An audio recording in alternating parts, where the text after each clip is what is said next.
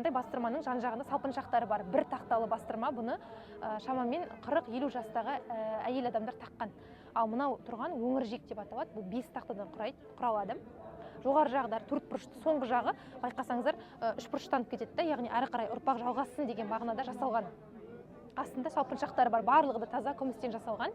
Және өңіржекке сол кезде қызыл түсті сердолик деп аталады, қазақша ақық деп айтады. Ақық деп аталатын тастарды орнатқан.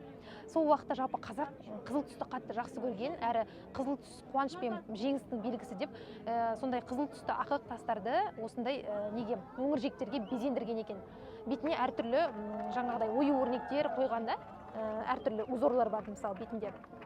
Мынау мысалы үш тақталы өңіржектер. Мысалы, екі түрі бар, үш тақталы. Жалпы өңіржектер тұрмысқа шығатын кезде тағат оны. Міндетті түрде арнайы зергерге тапсырыс беріп, жаңағы анасы жасатады. Сосын қыз тұрмысқа шығатын кезде мойнына тағып ұзатылып